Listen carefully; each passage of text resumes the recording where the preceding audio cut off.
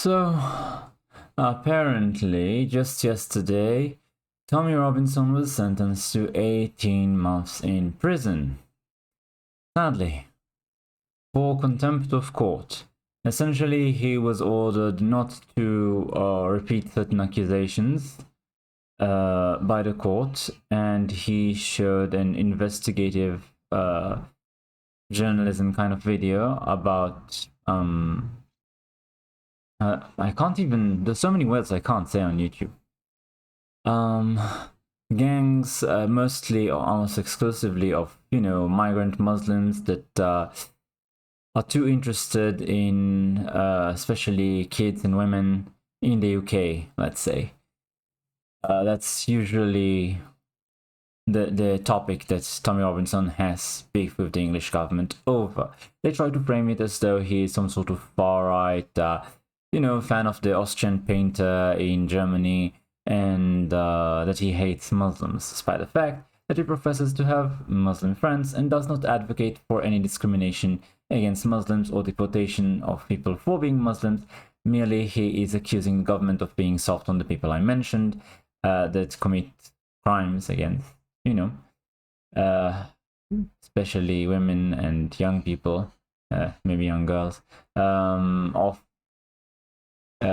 English nationality, like genetic background, targeting them specifically, saying that they are heathens, and that's why it's okay or even a good thing to punish them for not being pure enough or not being chaste enough or not being holy or whatever it is that they, however they frame their reason for, going after those girls. So Tommy Robinson faces 9 months in solitary confinement in one of the UK's most dangerous prisons for publishing his latest political documentary. Justice Jeremy Johnson's severe sentence signals a chilling message to dissenters. Those who challenge the government's narrative risk severe repercussions. Freedom of speech received a huge blow today as Tommy Robinson was sentenced to 18 months in prison, publishing a political documentary called Silenced. He is expected to serve 9 months. After a short hearing, Justice Jeremy Johnson immediately delivered a lengthy sentence. I'd like to point out that Tommy Robinson was never brought in front of a jury, despite having been sent to prison many times, including the swiftest, I believe, sentencing ever, where he was arrested and sent to jail in the same day. Not this time, of course. No, I'm not here for that. Anyway, appearing to be reading from a prepared script on his computer, the judge said he wanted to apply the maximum sentence of 2 years to Tommy, but there were certain rules that required the time to be reduced somewhat, such as Tommy's decision not to contest his guilt. Tommy was immediately taken away to Belmarsh Prison, the most notorious prison in the UK, a high-security facility filled with people who use political violence and people who end other people. Tommy will be held in solitary confinement there, as the British prison system is controlled by Islamic prison gangs, and were Tommy to be in the general population, he would surely be attacked.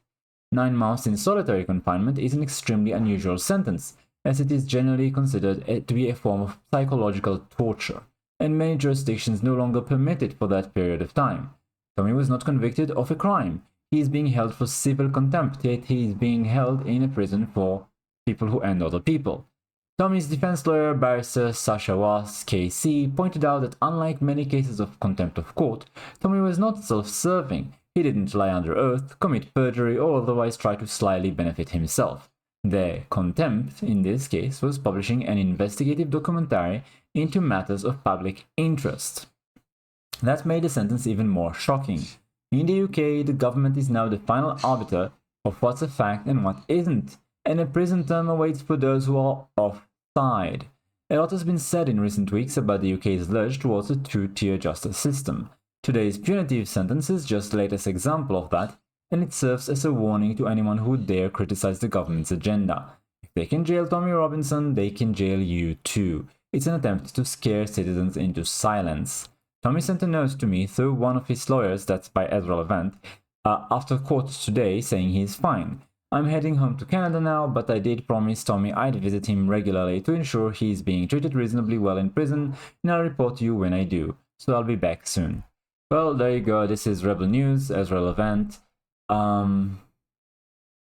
I honestly am not sure how much I can say about how I feel about all this on YouTube, because they don't like it when you differ from them in your opinion on controversial people.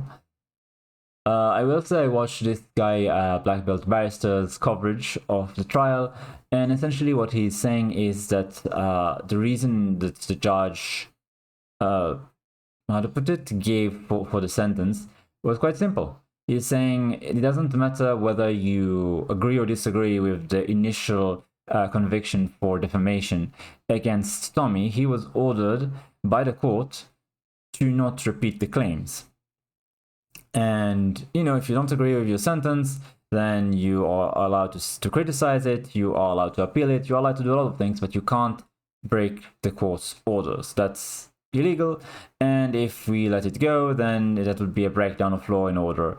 I would be far more sympathetic towards that view if we didn't see so many people get away with far worse things just because they are favored by the administration, and people who are punished way over what you would expect for trifles if they are against the administration. Any claims for upholding rule of law or justice are, in my opinion, contemptible coming from the current British government. And it seems as though almost all of the comments are agreeing with me on this. Top comment, 2.8k likes. The judge said nobody is above the law. Well, we know that's not true, is it? And it goes the same. All people are equal, but some people are more equal than others. Whether the law says, most of us think that someone who breaks a policewoman's nose is far more worthy of a jail term, yet that somebody hasn't even been charged. And so on. There are so many examples in the comments of people who are breaking the law flagrantly, but they are on side of the administration, therefore they get away, and people who were picked up for trifles and sentenced severely. The claims of two-tier policing are everywhere in Britain, and the people are not happy with it. I'm talking about the indigenous population, specifically the people who are not in the ivory tower, not living in gated communities. Those who have to live with the everyday reality of Britain and are feeling as though they are losing their country because it is rapidly changing. And anyone saying, hang on a minute, for example, London doesn't feel like a British city anymore because I think over 80% of the people living there now are not native Brits.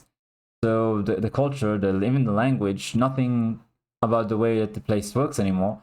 It reminds you of Britain. It's just not British culture. It's not British people.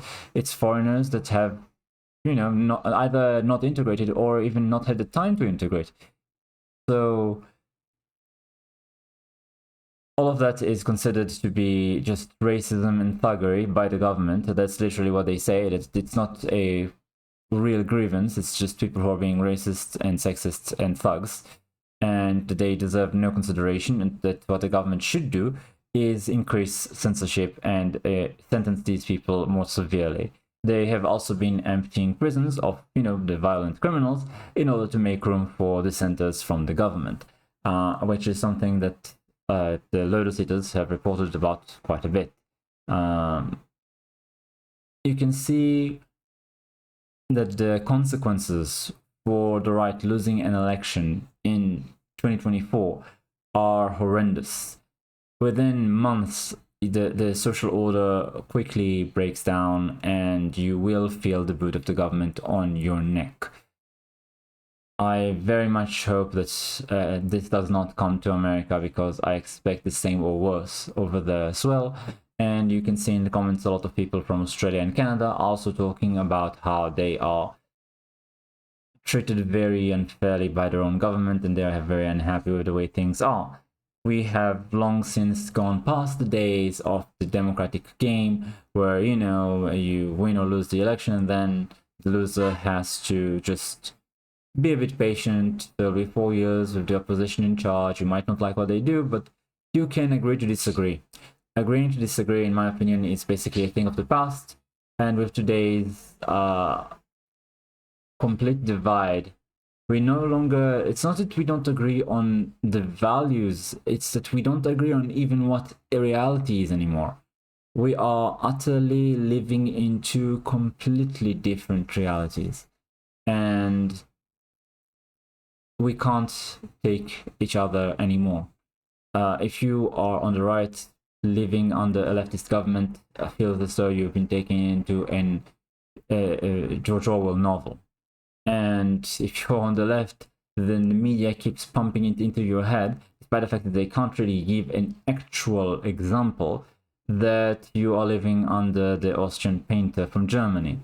I've seen so many people that were asked why are they voting for Joe Biden or Kamala Harris, what's the favorite policy that they put forth, what's the best thing they've accomplished, and they can't give an answer.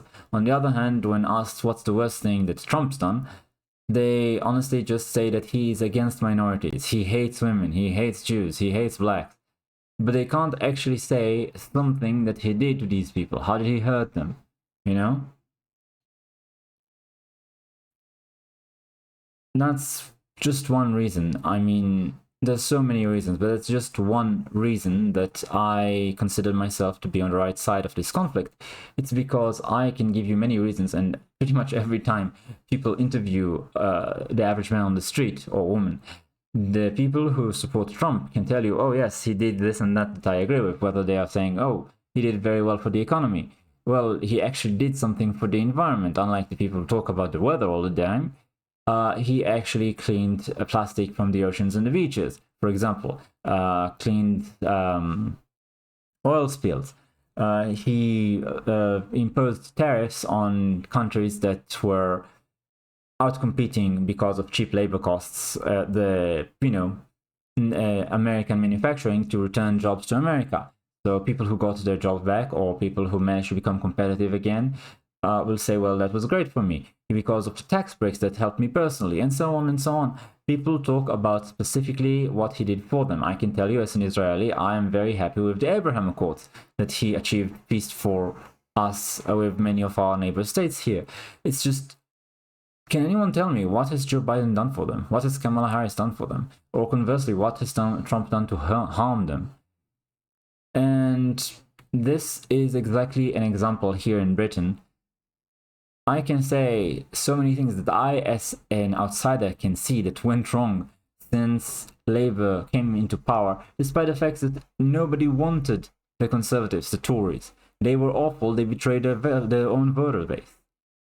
And still, they weren't this awful, you know?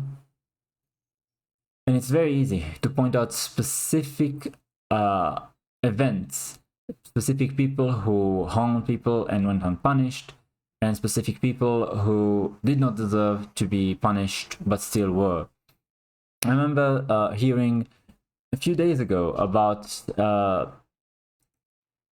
I don't think it happened a few days ago, but I heard about it first time a few days ago, about a man who was older and a father, a family man, and I think he was like 60 or something, and he supposedly ended himself in prison after he basically shouted at police officers or something that they are bad people. I'm paraphrasing, but you understand. He was protesting against the police and he shouted stuff at them, and I think that's about it. And he was sentenced to prison for like 2 years, and supposedly he ended himself.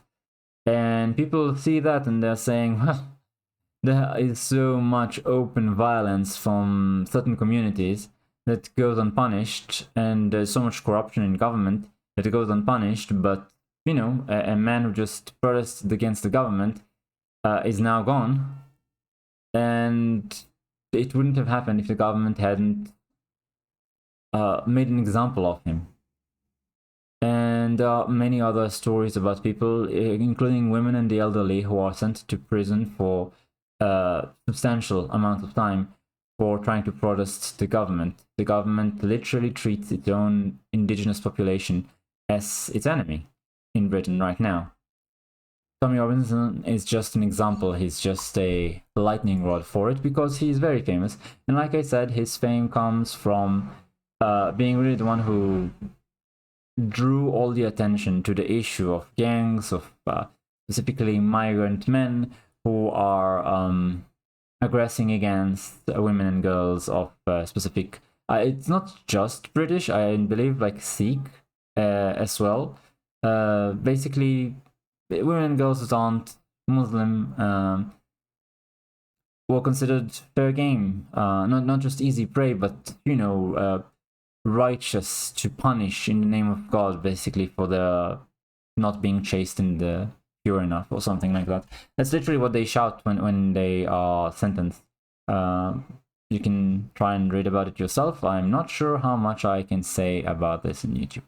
Anyway, Ezra Event is doing a great job as always. I support him and Tommy. Thanks for watching. Like, comment, subscribe, and I'll see you next time.